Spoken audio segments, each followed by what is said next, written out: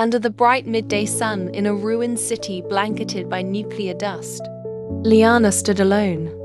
She was in her mid-20s, with blonde hair and sky-blue eyes as pure as a sky that no longer existed. Her body was wrapped in a tattered, lightweight armor, and her worn boots bore the scars of thousands of steps. In her hand, she held a cracked digital map, and in her heart, a hope that refused to die. Since the Great Nuclear War, humanity had gradually vanished. The world was deserted.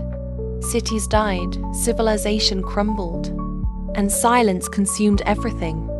Liana hadn't seen another human face in 3 years. Still, she woke every morning, scouted the land, crossed deserts, wandered through forests swallowing skyscrapers, knocked on the doors of abandoned homes only to hear nothing. In every city she reached, she left a message carved into walls or drawn in charcoal on shattered glass. Liana was here. I still believe we are not alone. In one desert city, she stood beneath the burning sun before a half-buried collapsed tower.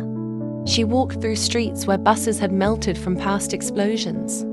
She scavenged for electronic scraps, stored water carefully in her flasks, and checked the radio signals each night, waiting for a voice, any voice. Then she arrived at a city overtaken by nature. Trees sprouted from building windows. Birds nested inside broken-down robots. Despite the beauty, the loneliness was heavier than air. There, Liana sat by a small river formed by acidic rains that had begun to soften over time. She took a piece of dry bread from her bag, looked toward the horizon, and spoke to the wind. Are there any humans left? Can anyone hear me? She cooked her meals on a tiny fire and sang old songs to herself. Sometimes she danced alone among the ruins. She wasn't insane, but she had learned to build a world for herself, one that wouldn't collapse like the world that came before. In a flooded city, she crossed broken bridges and swam through pools formed by unexpected storms. She entered a partially submerged museum and stood before a painting of a weeping woman. Liana stared at it for a long time and whispered, "You and I are alone now, but maybe tomorrow we won't be."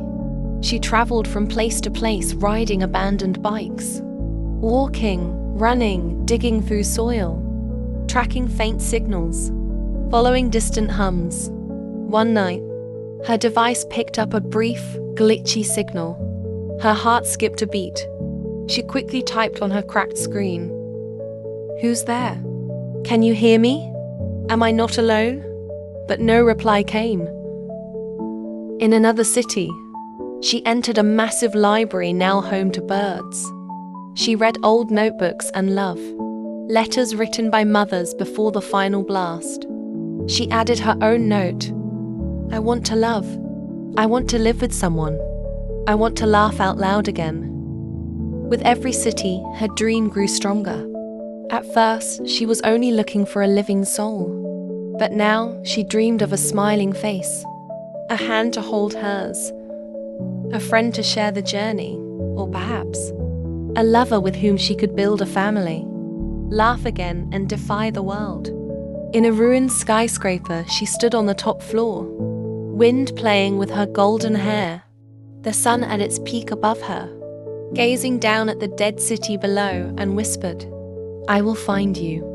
I don't know when or where, but I know I will." Night fell, the full moon rose. She sat on the roof, pulled out a piece of paper and wrote, "To whoever reads this, I'm Liana. I'm still alive. I still believe. If you're reading this, I'm here, looking for you. I don't want to be the end. I want to begin." She placed the note inside a glass bottle and released it into the river. She didn't know if it would ever reach anyone, but she had learned that even the smallest effort could change destiny. The next morning, as she walked through a ruined city now blooming with yellow flowers, she heard something strange. Footsteps not hers. She froze, heart racing, and gripped her weapon, but saw nothing. The sound grew closer than a human breath. "Hello?" She called out, her voice trembling. A faint voice replied from a distance. "Ah, are you real?" She dropped her weapon. Tears welled up in her eyes. She ran toward the sound, stumbled, rose, and ran again.